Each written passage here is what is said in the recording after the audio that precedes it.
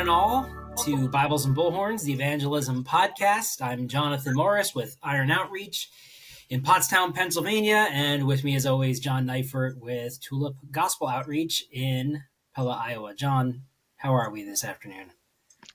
I'm doing pretty good. As we were talking a little bit earlier, I had a root canal earlier this week, so just the pain is going down, but that's been one of the key things, for me this week. But I'm also getting ready to, preach this Sunday at my own church, so I'm looking forward to that. Nice. Which one's more painful, the preaching at your church or the root canal? Definitely the root canal. Definitely the root canal. Gotcha. Yeah. John, today we are going to introduce a guest who I believe you've evangelized with personally. His name is Brad Tower out of Cedar Rapids, Iowa. I don't know my Iowa geography very well at all, but I'm going to assume that they're in the same state, I guess. They're in the same state. Yes, we're probably about an hour and a half away Iowa from each other. I have no idea. So Brad's with an organization called Hearts for the Lost. He's also a full-time teacher, but makes room in his busy schedule for lots and lots of evangelism. So we're very happy to have Brad with us today. Brad, how you doing? I'm doing good. Thank you for having me. Now, which is more painful for you, a root canal or teaching? I haven't had a root canal yet, but that might be a toss-up. I've been a teacher. The answer is teaching. The answer is definitely teaching. Yes. Yeah. Yes, I would take 1,000 root canals. Yeah. So, Brad, thanks for joining us. So, obviously, your main thrust as an evangelist is your involvement with Hearts for the Lost. Can you tell us how you got involved with that organization and what you tend to do with them? Sure. So I got involved with Hearts for the Lost. It was a little over 2 years ago. Brian Nine, who is kind of the president, kind of runs the show with Hearts for the Lost. Him and I were on it was like a Bible study. It was through Sports Fan Outreach International, and we happened to be in the same group. It was a Zoom class, and I had never met Brian, but he was in the group, and him and I just kind of hit it off. We like-minded, we like sports, and we're all kind of goofy and have a heart for sharing the gospel and preaching. And so we just kind of connected on there and developed a nice little friendship there in that class. Still had never met him in person, and he called me about 6 months after that class was done, and he asked if I would consider being part of Hearts for the Lost. And I had always heard of Hearts for the Lost because I used to, when I listened to Wretched Radio years ago, they always had this advertisement for Hearts for the Lost. So that's all I knew about it, though. So, but when Brian reached out to me, I thought that was pretty cool because I liked him a lot. So I said, yeah, I'll consider it. And I looked into it, and it's worked out well. I've been there a couple of years. I'm not full-time because I can't make it to every event, but I'm part-time, and so far it's worked out pretty good. I really like the group, great group of guys. So yeah, it's been a good thing to do. And that's been a couple years of that. So yeah. So with that organization, what exactly do you do then? So what we do as a group? Or you individually. Okay. Right? Yeah. So as a group, we'll go to whatever churches want us to come and teach biblical evangelism, and we'll show up on our dime, so the church doesn't have to pay for it. So we'll show up to a church, and then there's about 4 or 5 of us that will teach some session in there, and it all has to do with evangelism, obviously. So we'll teach. I'll teach for maybe a half hour or so, 45 minutes on a subject. And then someone else will get up there and do the same thing. And so we train and equipped for, about 4 or 5 hours. And then we eat lunch, and then we go out and we hit the streets, and we put to action what we just learned. So it's the same concept as Tulip Time and Ambassadors Academy and Living Waters. So it's on a much smaller scale. It's just, get some good training in there and then put it to practice. Yeah. Yep, absolutely. Brad, when you're doing some of these training sessions, you you kind of indicated that you handle a portion and maybe some other people handle some other portions. What are some of the topics that you guys address when you're doing a training session at a church? Yeah, so a couple of the ones, a lot of it is, with stuff that we learned with Living Waters, like uh, we'll address, using the law, using the commandments in evangelism to bring forth the knowledge of sin. We'll talk about true and false conversion, and then just different ways to get into the gospel, different approaches that you can use, different questions that you can ask people to get into spiritual conversations. And we'll talk about gospel tracts and open air preaching and just different methods to get people to take that first step to get in the game. So that's part of it. When you get into some of the churches that you guys do training in, how much groundwork has been laid as far as an understanding amongst the church members that we use the law to demonstrate sin in order to explain salvation? When you go into a church, let's say there's 20, 25 people there for the training or whatever it ends up being. How many of those people are perhaps familiar with Living Waters and their work, or just are familiar with the overall concept of the way of the master and using the law to lead people to the cross? Is that something that you find people are already aware of, or is this a shock to some of them? I found that there's definitely some that know, and that's why some of them show up, because they're drawn to that kind of teaching, and maybe they just need the nudge to get out there and do it now. And that's kind of why we're there. But there's also a good portion of people this is new to them, using the law and evangelism. So I found it to be a mixture from, my experience being there, and then talking to the church members. But you can tell the ones that have already heard some of this, they just need you to, all right, now let's go out and do it. Like, we're talking about it, you're refreshing your memory on law and the gospel and using the commandments, and now we're there to kind of nudge them a little bit, friendly, of course, but I found it to be a little bit of both. Do you obviously in excuse me, what in the system that Living Waters kind of gravitates towards, which is similar to what you guys are doing, obviously there's a thrust away from the sinner's prayer. And I think a lot of people, perhaps, especially I think anyone who was used to the methods employed maybe more in like the 80s and 90s and early 2000s, gravitated towards that idea of the sinner's prayer. And when you're teaching like the way of the master or using the law, there tends to be a leaning away from that. For those people who aren't familiar, when you come into like a new group, right, and you're explaining how we use the law, have you ever told a lie and stolen and blasphemed, and all the stuff that we tend to do. Do they ever get hung up on the idea that at the end you don't, quote unquote, close the deal with a sinner's prayer? I know what you mean. I haven't heard anyone push back on that at any of the events, because we actually, that we explain that during the teaching, why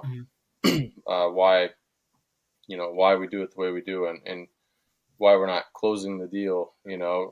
We explain that how God is the one that saves them, not us. It's not us leading them through some magical prayer, and not to say that God can't use the sinner's prayer, but sure, that gets addressed within the presentations.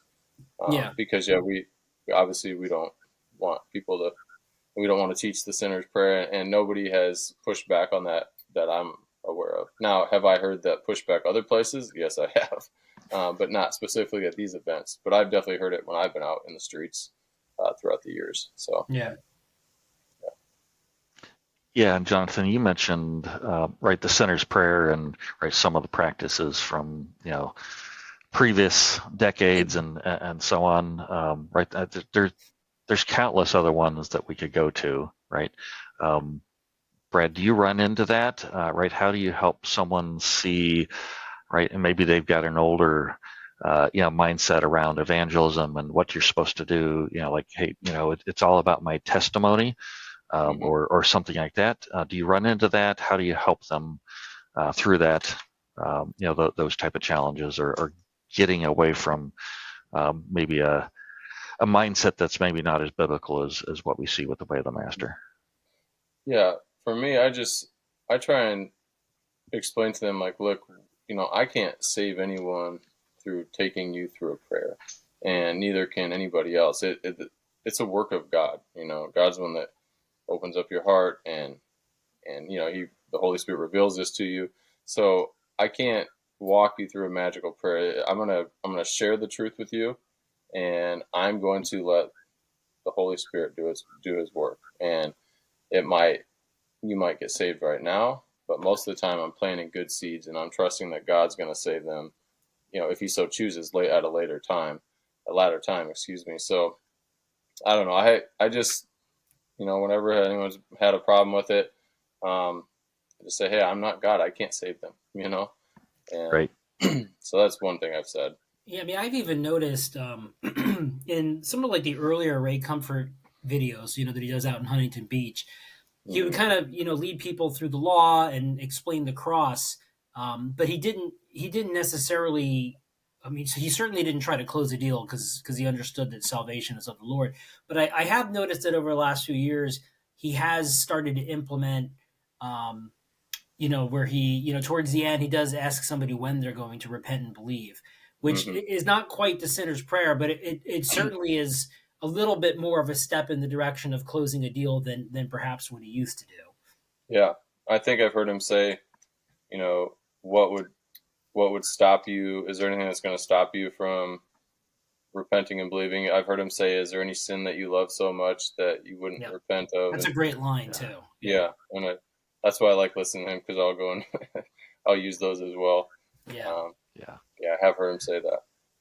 Yeah, and as evangelists, we are out there. We're giving people the call of God, right? We should prompt them in, a number of different ways. But yeah, like you said, Brad, we can't save them, right? That's God's work. That's the Holy Spirit. But certainly there's an aspect of it, right? Not to close the deal, but to prompt them and get them, urgently to think about these things. Yeah, 100%. Let them know, and I'll use the verses that you guys all know. The book of James says, for what is your life? It's even a vapor that appears for a little time, vanishes away. Like, you literally never know when your last day is going to be. And I'll be talking to a group and be like, you see that car driving by, there's no guarantee and the next one's not going to hit us. And obviously I don't want that. I don't want that for them. And I make that clear, but you just never know. And then really get them that sense of urgency to consider what we've talked about. And I just want to make sure that I've always clearly presented the gospel every single time. And then from there, I'll let the Lord do his thing. It's all him anyway. So, but I always want to make sure I've done my part. Right. Being faithful. Yep. So when you got to do one of the trainings that you guys do with Hearts for the Lost, and obviously there's going to be some people in those classes, and I've done evangelism training before as well, and in any mix there's going to be some people who've done it a bunch of times and really didn't need you other than for a refresher, but then there's going to be some people who've never gone out before, and they're still dealing with those nerves. I can never do such a thing. One of the things I often say to people like that is, man, every time I go out, I get that. You know how many times I've driven out somewhere where I'm planning to go out, hand out, 200-300 tracts or whatever on an afternoon, and I'll pull up where I'm going to park, and I have to fight with myself to even get out of the car because I'm like, I could never do something like this. And then I'm like, but I've done it a bunch of times, and it's this whole like battle in my head where I have to like convince myself that those other times weren't an accident or anything. Like, I actually can continue to do this. What do you say to encourage someone who's never done it before? One thing that we've done with Hearts for the Lost, and I really like this, and I've actually taken it back and done this with my own team at my church, or when I'm talking to church members, but at Hearts for the Lost, we'll tell them, hey, you don't even have to come out and do anything. Just come out and watch us.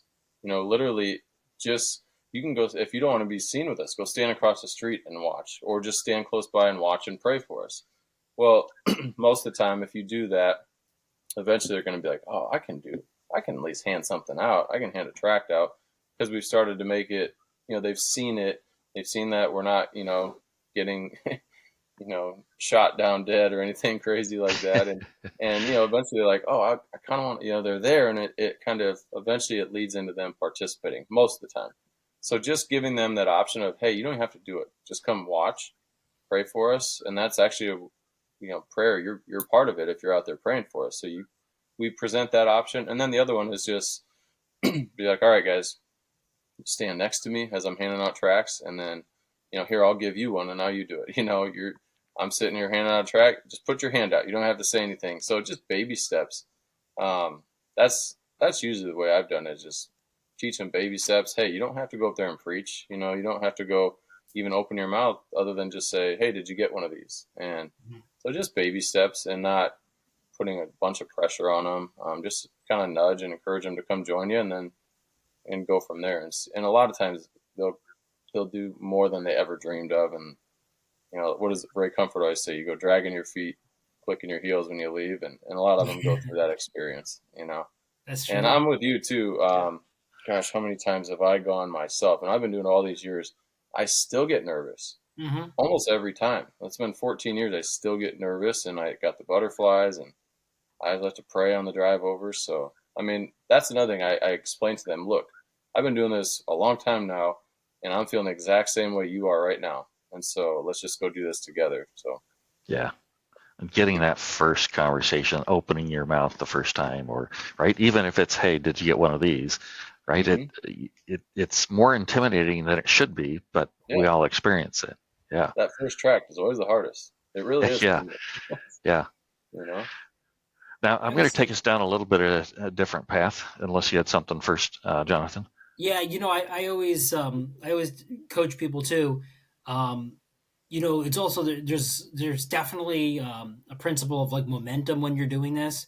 So oftentimes, like, I take somebody out who's never done it before, I'm like, don't worry if the first few are awkward, because they will be. Even for people who've done it a bunch of times, a lot of times, like, the first 5 or 6 of them you hand out are the most awkward interactions you could possibly. It doesn't matter. The Lord's gonna. It's not like you're surprising him, right? Like, it's not possible to go out there and he's like, well, I didn't expect him to hand it out that way. Like, no, this is kind of what he planned for, and we're gonna do our part in obedience, and he's gonna handle the rest. So whatever he intended to take place as a result of you handing out that tract, you don't have to worry. All we have to do is be participants, and he takes care of the rest.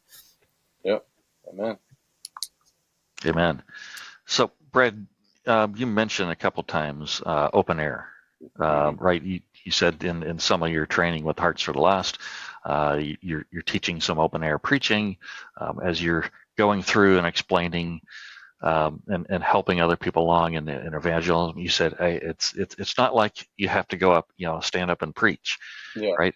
And I think there's a certain aspect of that's what people fear, but there's also a perception out there around open air preaching that that's just offensive. It's getting in people's faces, right? We shouldn't do that as Christians.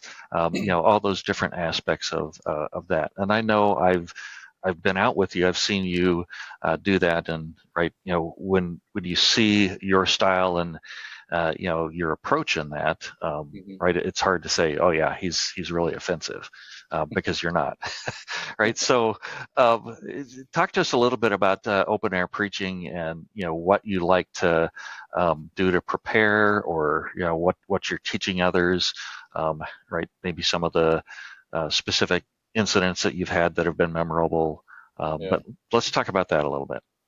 So it's funny. The first when I started getting involved in evangelism, I knew in my head, I was like, I will never preach. I am not doing that. That was the thing I had convinced myself of. So in 2010, when I started my first year, I did gospel tracts and conversations, and that was a big enough deal for me. That was hard enough, and so I told myself I was content with that. So that first year, especially when I was on campus at the University of Iowa almost every week, barring bad weather. That's all I did, but I just kept, as the year went on, I was like, man, this is like the perfect place to preach. There's nobody else here doing it. And I'm like, I know I'm supposed to do this. So I had already went to an ambassador's academy in 2010. And so I was like, I'm going to go back again in 2011, and this time I'm just going to focus on the preaching, and I'm going to let them teach me and get all my bad preaching sessions out of the way out in California, and come back here and see if I can do a little better. And so after that first year, I came back, and that's when I started it. And man, I tell you what, getting up there just the whole first year was every single time it was so hard. I was so nervous. Um, but I would say that I kept it very basic to start with. I kept it, everything I was talking to people about in person, I was then getting up, and that's how I preached. So it would be the law and the gospel, preach the law. And that's all I did for a while, is preach the law and then give the good news. And that eventually developed over time. Just the more scriptures I read and the more I understood the Bible and more Bible verses I had memorized, the preaching session started to take longer and longer. And then I had to get myself off. Like, all right, I've been up here too long. I got to get off. Whereas in the past, it was like real quick and get off there as quick as I could. But yeah, it just evolved over time. Just the more I learned biblically, and start learning a few passages and start expounding on those passages, and then work the law and the gospel in that passage eventually. So you mentioned doing this on the University of Iowa campus, and of course you've got your hat there to represent there as well. I mean, tell us about the experience you have there with the students. Mm-hmm. You have to. I think honestly, as long as you're friendly to the, I always try to be friendly, and so I know that my worldview clashes with theirs, and they know it too. But a lot of them, if you're just, you're friendly, you smile, and you hand out tracts, you talk to them, preach to them. After a while, they have a hard time hating you. They don't like what you're saying. They don't like, to talk about Jesus and the cross and sin, and they don't want to hear all that sometimes. But I tell you what, if you're consistent, if I was there, for years, I was there at the same spot at the same time every week, and I knew those kids and they knew me, and they knew I cared because I wasn't just flying into town and then flying out. I was there every week, and the consistency after a while that won over a lot of them as far as they started to trust me, and they would actually come up and talk to me about stuff. And so just treating them well, and don't get me wrong, there was back and forth and there was disagreement and all that, and but yeah, just treating people well, it goes a long way, even if they reject you, and that happens all the time, right? But hey, did you get one of these? And they might take it and throw it on the ground and just say have a nice day and whatever, or just smile and take care. And I think just treating people well, especially on those campuses, because they know that you have a different worldview than they do. Do you ever run into like campus police or campus security? And I would imagine if you're just handing out tracts, you probably fly under the radar a little bit more. But if you decide to get up and preach, Mm-hmm. You ever run into the fuzz kind of pushing you around a little bit, telling you you're causing a commotion? Or Yes. Well, it's interesting because there's been different preachers that'll come into town and then they'll fly out and they'll go somewhere else and preach, but they'll come in and cause trouble. And it's kind of the turn or burn crowd, and they'll come in and just stir up a lot of trouble. And then the campus police, they'll come or the security, whatever, they'll come and monitor it or however much they need to. But with me, they know that I'm not there to cause problems. Because there was just a couple instances where somebody called the police on me. But even they showed up and be like, yeah, you're not doing anything wrong, carry on. So yeah, I did have that a little bit. But that was just a couple times. And, keep in mind, I was 13, 14 years. So it's only happened a couple times where someone called the police and they came over to get on my case. So yeah, it was a pretty good record. And it was strange though. The time I was up there preaching the gospel, and then 2 squad cars came flying in like I robbed a bank and just parked right in front, come up and confronted me. And then after a while, like, yeah, this guy's not doing anything wrong. We're gonna leave him alone. So, but it was only when you were preaching. Like if you were just walking around handing out tracts, you were left alone. I was pretty much left alone when I do that. Yeah. Yep. Yeah. It was the preaching. Was it the the message is offensive, obviously, to those who are perishing, but was it did they try to like press you on like the message, or was it more about the disturbance of the peace? Well, one of them, it was one of the professors there who called the police, and I'm trying to remember. This has been 8 years. I think he said that. Well, he didn't like my message, no question about that. But he Of tried to course. say that I shouldn't be there, Hmm. and so it was like disturbing, you know, the peace basically. So that was his excuse. But I knew I was fine because I was on public sidewalk, and but yeah, he did not like my message, and that is why he then in turn tried to say I was breaking some kind of rule. Right. So I wasn't too worried Yeah. about it. So But what's your understanding of the rules there, right? If you're on a public university versus a private university, right?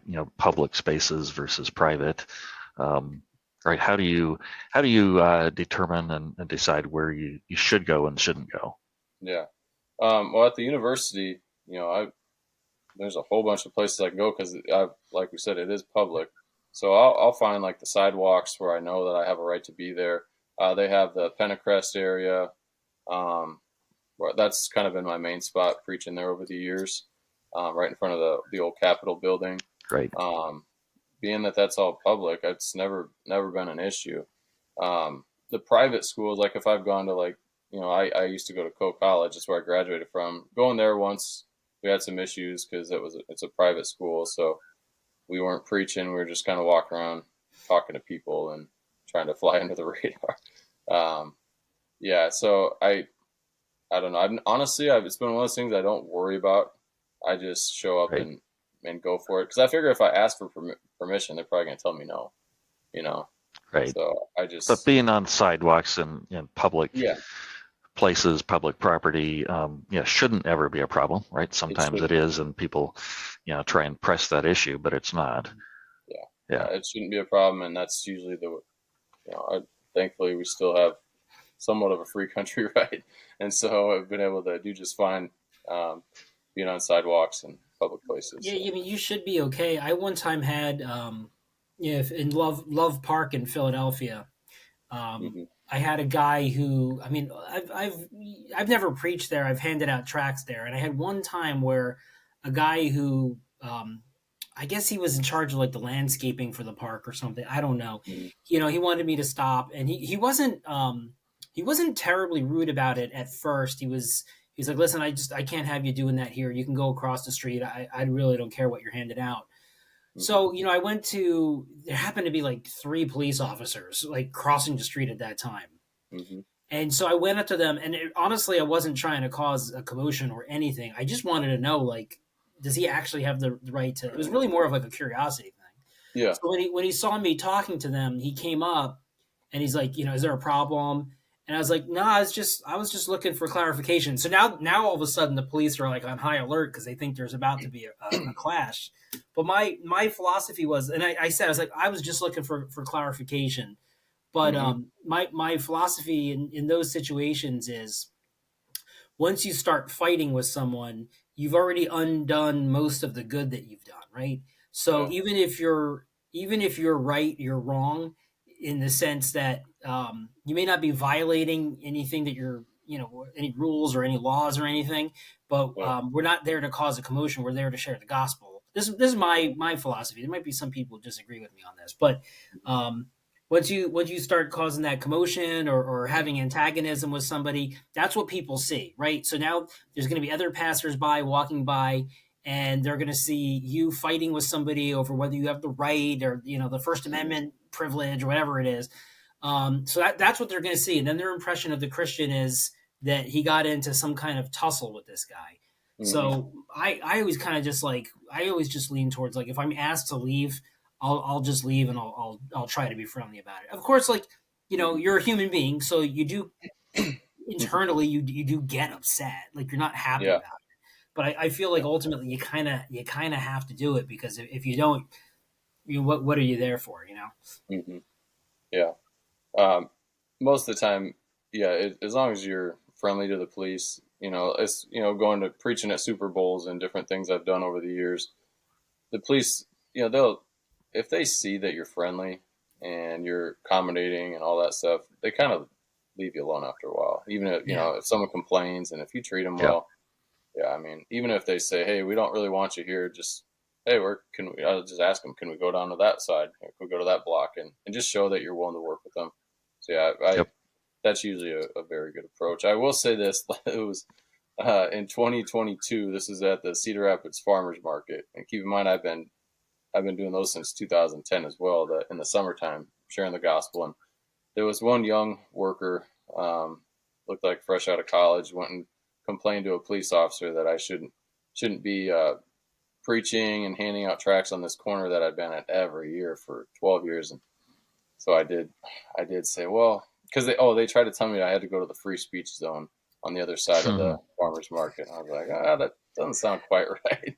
And so I was very friendly in my approach and talking to the police officer, but I said, hey, I've been doing this for a long time. And she said, I think you're right. And then she went and talked to someone, and it wasn't a big deal. It wasn't a big back and forth, but you know, technically the whole country is supposed to be a free speech zone. Right. That's what I thought. Free speech zone in America is every public place. That's what I thought. So I was very friendly, but I said, I think I'm okay to be here. And I looked into it a little bit, and she said, yeah, you're fine. So yeah. You're friendly. As long as you're friendly with people, right? It goes so far, you know? And we should be friendly anyway. Like, you know, we need to represent Christ well in every situation. And so it goes a long ways. Yeah, and I think if you're not friendly, I think people are going to be confused because you're talking about some pretty heavy subject matter, right? Like sin. Yeah. So you're pointing out that people aren't as clean as they think they are, and then you're dealing with hell, you know, punishment in the afterlife. So I always take the approach that, you know, I try to, this comes from my long career in sales. We call it smiling and dialing. So you want people to be able to hear you smile over the phone, if that makes sense. So I try to take that same approach, because if I come in, you know, wagging a finger or whatever, or I have this harsh tone, I mean, the subject matter calls for it, you know, technically, like it calls for a harsh tone, I guess. But people aren't going to know that I'm there because I care. They're going to think I'm there because I want to judge them, right? Yeah. Like, we're not there to judge. We're there to warn of the coming judgment. But they're going to think we're there to judge. And so I think that if we try to have that friendly demeanor and we try to get along with people, I think that it eliminates that concern they have that you're there because you enjoy judging people, and that you're there because you care where they go when they die. Yeah. Right? That's right. Yeah. Yeah, 100%. Like, I always tell people, like, and I'll say this when I'm preaching, like, when I have to bring up the topic of hell, like, I'll just be honest, like, guys, I don't even like to say that. Like, I don't want to bring this up. Like, I don't want to talk about hell. Who wants to think about that? Like, I hate it, but it's there. And if I actually care about you, I got to bring it up. And if I'm going to be faithful to what God's calling me to do, I got to bring it up. And it's, you know, you hear people say it all the time, like, you see a blind man walking towards a cliff.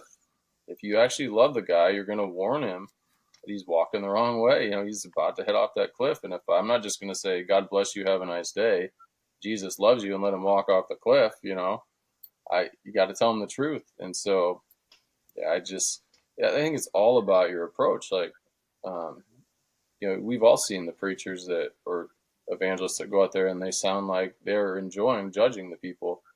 And, I mean, but you do have to bring it up. We do have to bring up sin, right?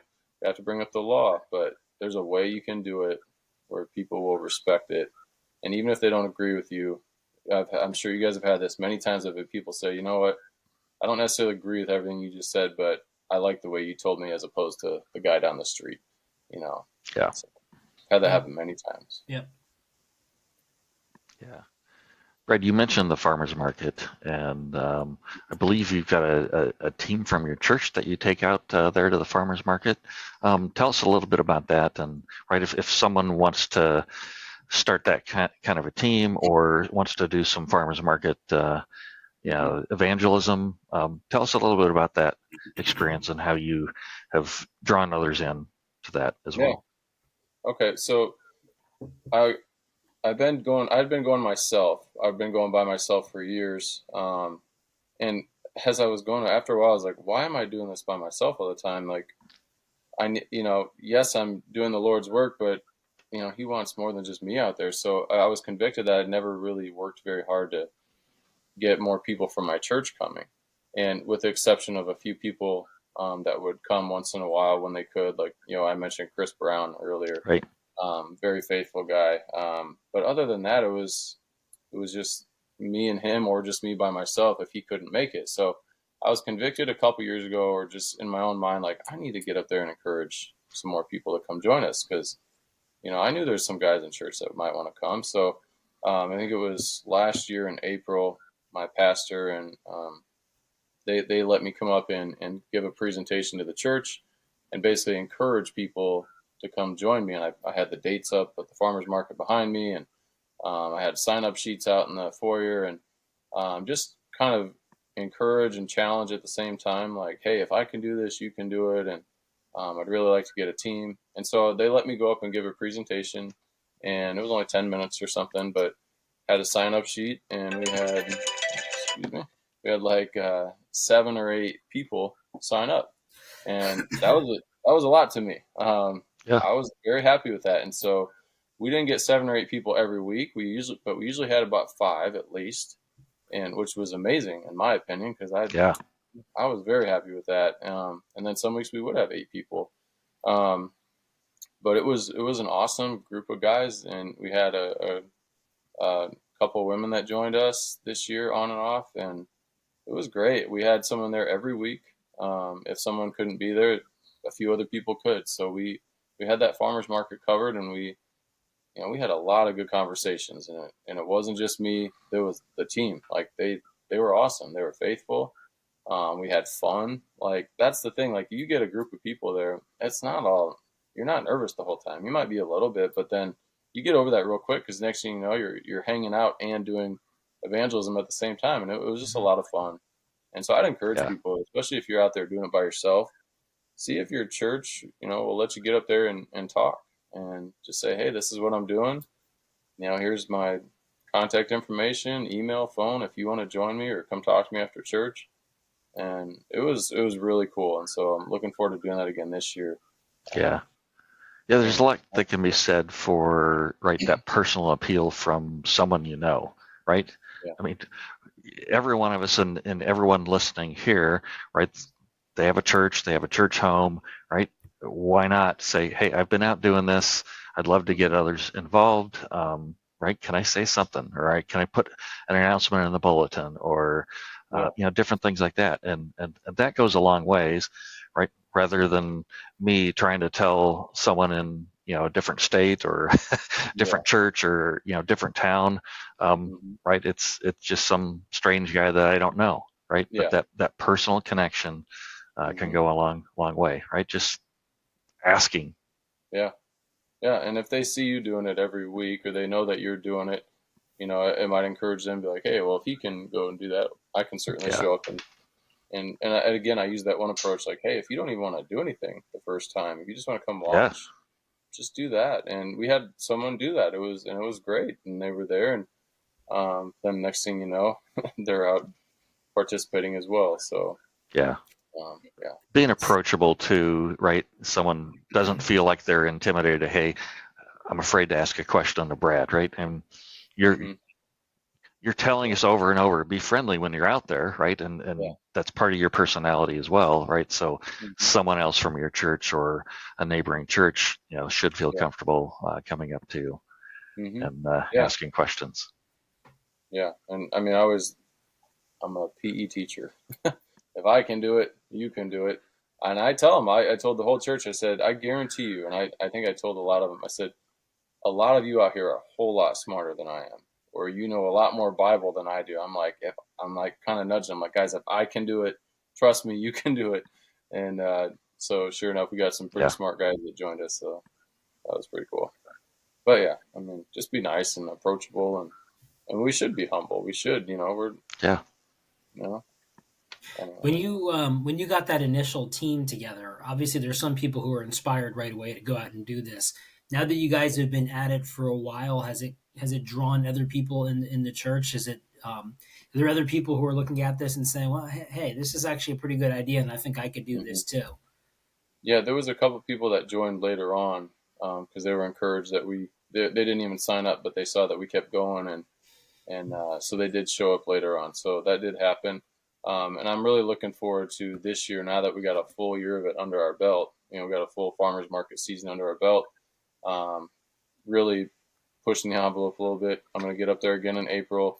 I have pictures from last year, and I have testimonies and stories behind those pictures. I'm really trying to pump up my team. Like, look, this is what Steve did. This is what Chris did. Look at this conversation that Josh had, and just really kind of pump them up, and not to get them full of pride, but just make them feel good. They did a good job, and let others know, like, hey, now there's a bunch of people doing it. It's not just Brad and Chris anymore. So, yeah. And if someone listening has been thinking, I'd love my church to do this, and they don't. Maybe I go out on my own, or I haven't done this before, but I'd love to have a team to go out with. How would you recommend that someone get something like that started in their church? Well, first you'd have to find out if, for me, I would want to know if I'm even allowed to get up and talk about it, because I always think that's the best. Just get it right up and tell people. So getting the okay from the pastors, if you can get that okay and get up there and talk, that's a big deal. And if maybe I feel bad for the people that have churches that don't encourage us. I'm very lucky, very blessed, I should say. So I've never had to deal with that where it's a church that doesn't support it. That would be harder. I have friends that have gone through that. I haven't, but I would imagine, I guess, if the church isn't supporting it, then at that point, talking to other church members just on the side, like, hey, would you like to join me with this? There are some churches that don't get it. And then there are some churches that are actually, I might even go as far as to say, antagonistic towards it. So yeah. You're right. You're right. Sad. You're fortunate that that's not the situation that you were in. But there are churches out there that are diametrically opposed to these types of methods. They don't think anybody should be out on the street. Yeah, that just blows my mind. But right. Yeah. I don't know. I got some friends that have been through that. I'd have to ask them what they recommend. But at the same time, I'd wonder after a while, should I even be at that church? I don't know. And that's a different conversation. But probably a question that ran through their minds. I bet. Yeah. Yeah. So yeah, I've been very blessed. I haven't had to worry about that. That's good. What strategies do you employ at the farmers market? So we do a lot of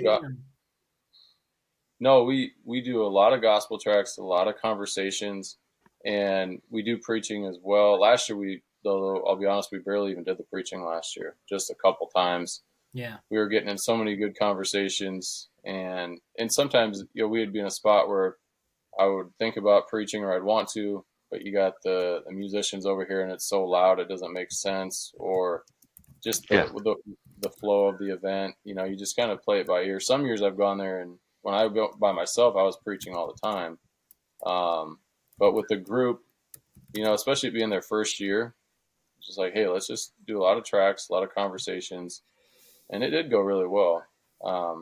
And I would say this year we'll probably do a little bit more preaching and be more intentional about that. But I'm always trying to be led by the Spirit, like, pray and pray for wisdom. Because I used to get caught up in this thing where if I don't preach, it wasn't successful.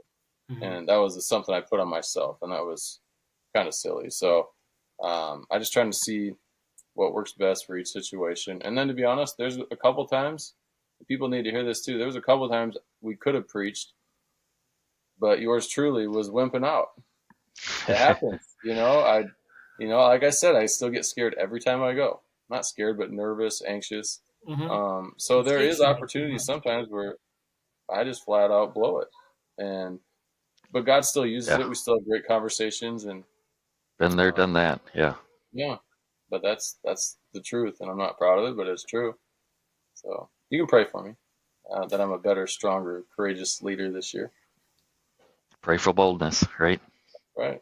That's right. And what does it always come down to? Fear of man and pride. At least for me, like, if I'm worrying about what other people are thinking about me, that's my own sin problem. It's my pride I got to deal with.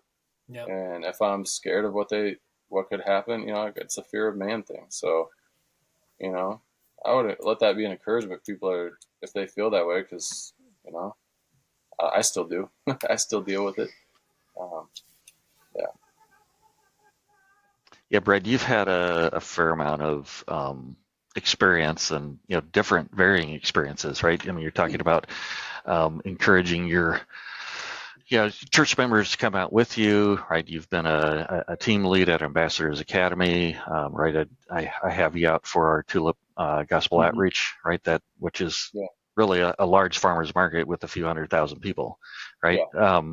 Right. I have you out there as one of our team leaders as well, right? What do you see as some of the most common struggles that, and how do you help people through them when they're doing something like this, right?